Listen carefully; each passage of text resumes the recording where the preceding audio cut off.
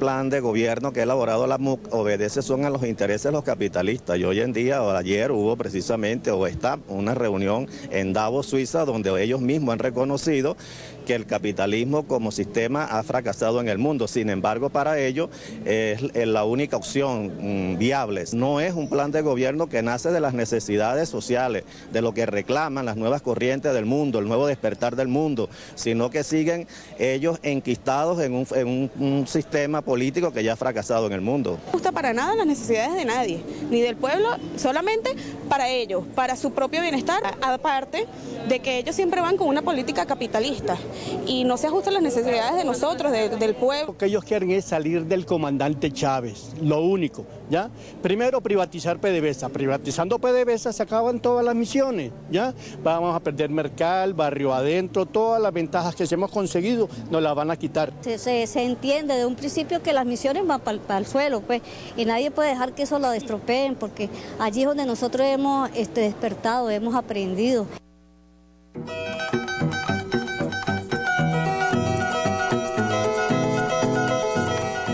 Oíamos la sabiduría de nuestro pueblo. Efectivamente, en uno de esos elementos que aparecen ahí en el programa está, no dicen abiertamente la desaparición, sino que se van a asimilar al Estado, pero obviamente ellos han hablado, en el caso de las misiones, han actuado. De hecho, Radonsky lo hizo en Miranda atacando las misiones. Pero además en el tema de PDVSA, de manera también explícita, los señores han atacado PDVSA y se plantean que no estaría mal privatizar PDVSA o una parte de ella. Sí, ¿qué significa para nuestro país? Y ahí lo decían, ante un modelo fracasado en el mundo, contexto internacional, crisis del capitalismo, que nosotros tengamos a estos señores hablándonos de autobús del progreso, capitalismo popular, pero son todos empresarios, hijos de empresarios, ligados a empresas, con búsquedas clarísimas como un sector de la oligarquía venezolana, pero además con la experiencia real de Venezuela, de lo que fue el punto fijismo y de la terrible herencia de injusticia y de desastre en la economía nacional, de entreguismo que esos señores produjeron al país. Es que fíjate, insisto, ahí no hay una propuesta política. La confrontación que hay en Venezuela no es con unos recién llegados al terreno de la política que no tienen ni el 3%, como acaba de aparecer hoy también en todos los estudios que han aparecido.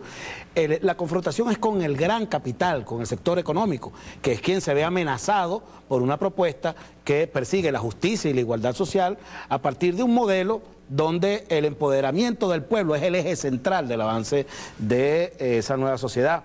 Entonces, en ese sentido es donde hay que ver la reacción de esta gente frente a las misiones, por ejemplo. Las misiones no hay ninguna posibilidad de que se mantenga en un hipotético y negado gobierno de ninguna de esta gente, porque las misiones, diferente a lo que ellos piensan, que lo colocan como que es una herramienta populista de Chávez, las misiones son precisamente un instrumento de transición hacia un nuevo Estado que no tiene nada que ver con el Estado burgués, que ellos pretenden relanzar para precisamente que se dé aquí en Latinoamérica a partir de Venezuela, el resurgimiento del capitalismo que está haciendo agua en Europa y en Norteamérica y en el resto del mundo. Entonces, lo que está planteado no es la lucha de Chávez contra estos que están ahorita buscando la bendición de esos grandes sectores hegemónicos del gran capital internacional, donde, por cierto, ellos hay un expediente completo, más allá de lo que es el discurso que hacen para las primarias, más allá del discurso en la asamblea, toda su actuación exterior, es decir, ellos se van siempre a tribunales en el exterior. María Corina Machado se fue a la Casa Blanca en un primer momento a buscar la bendición, y hasta ese instante ella decía que yo no tenía nada que ver con la política, que su interés no era político, y de allá regresó siendo candidata para cuanta cosa parece. Ungida por... Exactamente, es decir, como el papa de la política del capital, viene siendo el presidente de los Estados Unidos, bueno, se espera la bendición de esa manera. Y así lo hace Diego Arria cuando va a La Haya, y así lo hace todos ellos cuando reaccionan, por ejemplo, frente al nombramiento del nuevo ministro de la Defensa, Rangel Silva. ¿Qué es lo que hay detrás de esa acusación y esa cuadratura de todos los candidatos casi simultáneamente contra ese nombramiento? Que lo que se persigue, porque está claro que no van a ganar las elecciones del 7 de octubre, es cantar fraude. Y cuando tú vas a cantar fraude es porque tú sabes sabes que vas a generar una situación de conflictividad, y si tienes un ministro de la Defensa que es muy leal a la patria, que es muy resteado con la soberanía nacional, no es conveniente que ese general esté ahí. Entonces, eso es lo que está poniendo en evidencia, que el plan no es de las primarias, el plan es el 7 de octubre y la búsqueda de la desestabilización para ellos retornar al poder.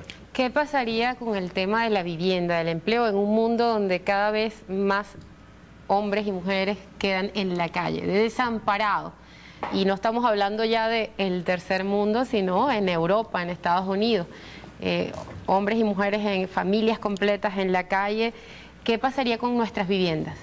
Es que el plan de gobierno de la oposición venezolana, o el no plan de gobierno de la oposición venezolana, se mete por donde no se tiene que meter. Se mete por los planes sociales. Entonces, algunos amenazan con quitar las misiones, otros lo dicen puertas adentro, pero en fin, sabemos muy bien que si es por el plano social, la gente va a votar el original y no la copia. ¿Cuál es el original en Venezuela? Las misiones. Es decir, un megaproyecto que tiene más de una década y que es inédito, porque han habido otros casos como el de Brasil o como el que está llevando a cabo Ecuador, pero es un megaproyecto social en el cual se invierte en cantidades de dinero que hasta ahora ni siquiera en la politología contemporánea se pensaba que se podían invertir solamente para planes sociales. A contrapelo, para responder a tu pregunta, ¿qué está pasando, por ejemplo, en Italia en estos momentos? Que los jóvenes de mi generación tienen que trabajar de gratis para inflar su currículum vitae. ¿Por qué? Porque no hay oportunidades de trabajo. Que jóvenes de 40, 50 años siguen viviendo con sus madres y sus padres porque no hay la posibilidad, no de comprar, Blanca, de alquilar viviendas. Porque para alquilar una vivienda en los Estados Unidos o en Europa, prácticamente te piden tu currículum vitae, como si fueras a buscar trabajo. Y de acuerdo a tu categoría socioeconómica, es que te van a dejar, en muchos casos incluso racial, es que te van a dar o no te van a dar empleo. Otro elemento no es qué pasaría, qué pasa en Venezuela, que quien ha principalmente atacado en Venezuela el tema de las viviendas, y hablo de la clase media, no nos vamos ni siquiera al tema estructural de los ranchos. ¿Quién ha acabado con el tema de las viviendas en Venezuela de la clase media? ¿Quiénes los han estafado? Los representantes de la oligarquía, que son al menos estos 5 precandidatos, no 6, pero al menos 5 de los precandidatos. ¿Quiénes les han quitado los carros a los venezolanos? O no les han permitido el acceso a los vehículos por tenerlos engordando en su casa. Los representantes de estos candidatos. ¿Quiénes han quebrado los bancos donde la clase media tenía sus ahorros? Los representantes de los precandidatos. Es decir, Venezuela en la Cuarta República conoció las posibilidades del neoliberalismo, Caracazo, etcétera, etcétera, etcétera. Y en la Quinta República la clase media siguió entendiendo las posibilidades del neoliberalismo, porque la clase media venezolana fue robada en automóviles, casas y dinero por estos que ahora le piden votar por y en la comida, educación, salud, seguridad social se privatiza en el mundo desarrollado y cada vez se impide más. Nosotros nos planteamos un avance extraordinario en el tema de la salud, en el tema de la seguridad social ahora para nuestros hombres y mujeres de la tercera edad, y en el tema de la educación, llegando a ser el segundo en el continente. Pero recuerda que según la concepción de esta gente, que tenemos que también entenderlo, ¿cómo piensa esta gente? Ellos piensan en una sociedad donde el pobre no está contemplado para nada. Entonces, en ese sentido, ellos todo lo que proponen es maravilloso. El programa no es para la mayoría no de la es para la gente pobre, esa es la que ellos odian, es la que detestan. Y tú lo ves en la propuesta, por ejemplo, de insultar, incluso llamándole ladrón al presidente de manera reiterada, como lo ha hecho. Por eso no había ninguna representación popular en este evento de lanzamiento. Pero vamos a ver un video y volvemos con este debate socialista.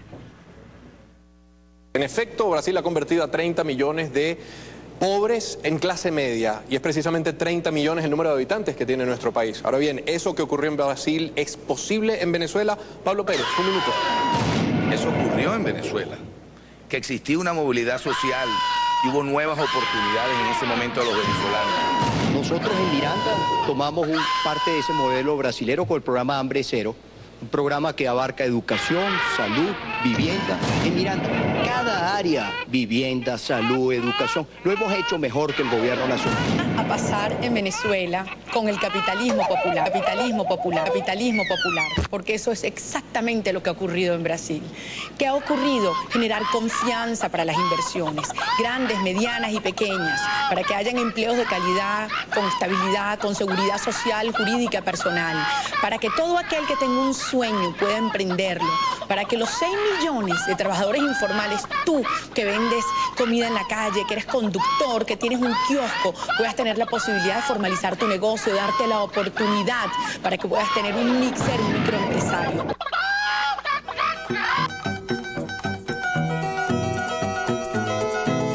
Capitalismo popular y además en Brasil. Ella está hablando que todo ese proyecto que ella tiene un ejemplo ahí, el otro hablaba de hambre cero. Eso es particularmente extraño en esa última comparecencia ante la prensa, porque no son debates que ellos tuvieron ahí en Globovisión. Hubo un momento que le dio un paroxismo a todos y empezaron a hablar de que Brasil, yo soy amigo del otro, yo soy amigo de este, yo soy amigo del expresidente. Una competencia que hicieron ahí entre ellos para tratar de descartar quién era el mayor amigo de Brasil. Eso me parece muy extraño, de verdad. Y yo creo que tiene que ver con la presunción de que en Brasil todavía prevalece un poco aquel espíritu. Pero fiesta cuando se enfermó Lula también. Bueno, claro, porque Lula es el que no le sirve, a eso era lo que iba. Yo creo que ellos tratan de ahí un poco evocar el viejo espíritu monarquista que pueda prevalecer todavía en ciertas élites. Ah, no, pero Lula como dirigente sindical de los trabajadores no es la cosa. Insisto, ellos son... O Dilma como dirigente de izquierda guerrillera tampoco. Ellos no son candidatos políticos, ellos son candidatos a ser bendecidos por las élites del poder económico y en ese sentido trabajan. Cuando yo te decía hace segundos que hay que notar el empeño que colocan en insultar a Chávez, siendo que Chávez es el presidente más querido de la historia y de manera frenética, que conmovió incluso hasta la gente de la oposición cuando se supo que estaba enfermo y que le dolió y que le achicó el corazón a todo el mundo por igual, incluso más allá de nuestra frontera. Es una barbaridad que tú vayas a decirle, mira, yo necesito tu voto, pero tu presidente es un ladrón, es no sé cuánto y tal. Eso es como que yo te diga, ayúdame a mover el carro, a empujar el carro, pero entonces mentándote la mamá. Eso no se hace porque el voto no va a venir de Marte. Eso es lo que demuestra es que esta gente, en su arrogancia ancestral clasista, en su desprecio a las clases que ellos dicen son inferiores, consideran que quien tiene que decidir el poder son las clases dominantes. Están invitando, y eso lo demuestran como ellos, por ejemplo, cuando van a cualquier proceso eleccionario de primaria o de lo que sea que ellos vayan a hacer, ellos piden que se reduzcan la mesa solamente a los ámbitos de las grandes metrópolis, donde está el poder adquisitivo. Es decir, a ellos no les interesa para nada el votante del campo, el votante de allá de las empresas básicas, a ellos no les interesa la gente, a ellos les interesa son las élites. Y de ahí ese esquema discursivo de atacar al líder más querido en la historia por los venezolanos y más respetado más allá del ámbito de influencia de su liderazgo, es decir, en muchos sectores opositores, etcétera, donde es respetado el presidente y además donde se constata los avances de sus programas en concordancia con lo que promete Chávez, a diferencia de lo que han sido siempre los políticos del pasado, que prometían y desdecían inmediatamente lo que habían planteado. Bueno, eso que está ahí, dice que efectivamente lo que menos les interesa a ellos es la primaria. Las primarias están divididas en dos grandes sectores en pugna. Un sector que quiere la bendición, la unción del papado del gran poder económico, con esta jugada para aparentar que efectivamente ellos pueden ser los representantes del gran capital en Venezuela, y el sector de los partidos políticos tradicionales, que si no sobreviven a esta primaria, si sacan menos de 2 millones de votos, no van a poder demostrar que tienen capacidad para ir a competir contra el presidente Chávez. Ellos ya están divididos en este momento porque no han tenido ni un solo escenario donde se vea esa mayoría que ellos vociferan que tienen, ni en las encuestas, ni en los medios suyos. Queda ahí más o menos clara la percepción de que ellos tienen cierto nivel para enfrentar al presidente Chávez en términos de respaldo popular, ni lo han podido hacer en la Asamblea en ninguna parte.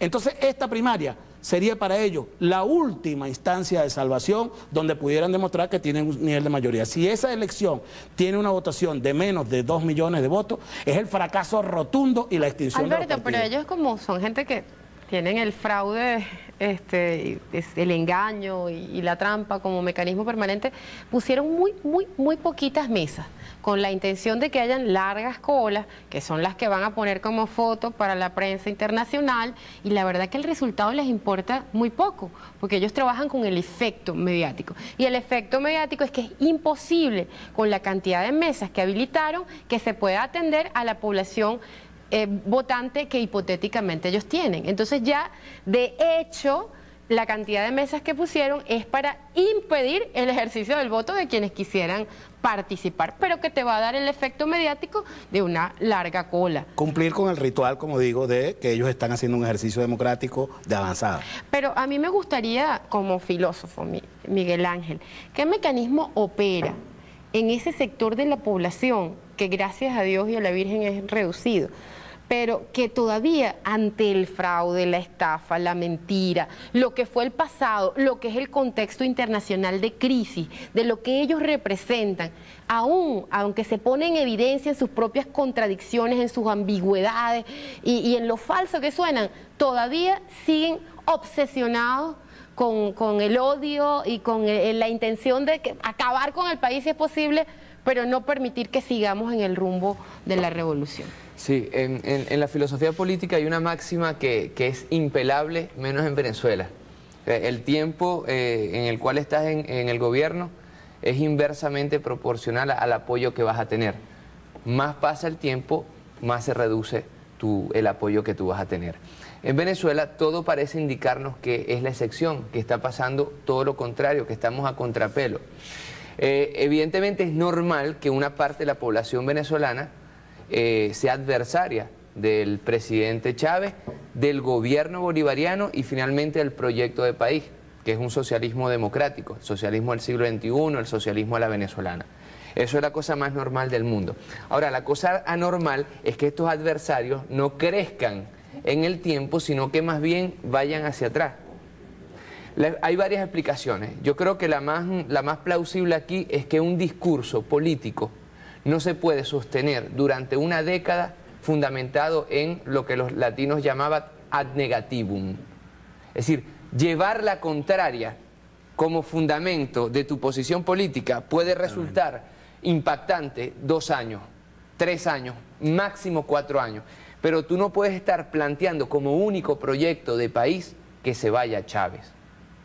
¿Qué está pasando en estos momentos? Que por la primera vez, y esto hay que decirlo, la oposición tiene la posibilidad ya no de escapar de un parlamento, ¿no? de una asamblea como lo hicieron en las penúltimas elecciones legislativas, sino que de los Estados Unidos le dijeron, miren, ármense, formen una estructura, ya no va a ser la coordinadora democrática, ahora va a ser la MUD, hagan política.